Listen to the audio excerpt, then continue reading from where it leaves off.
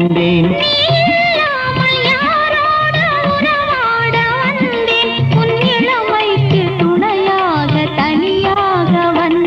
நான் மலரோடு தனியாக ஏன் இங்கு நின்றேன்? என் மகாராணி உன்னை காண ஓடோடி வந்தேன்.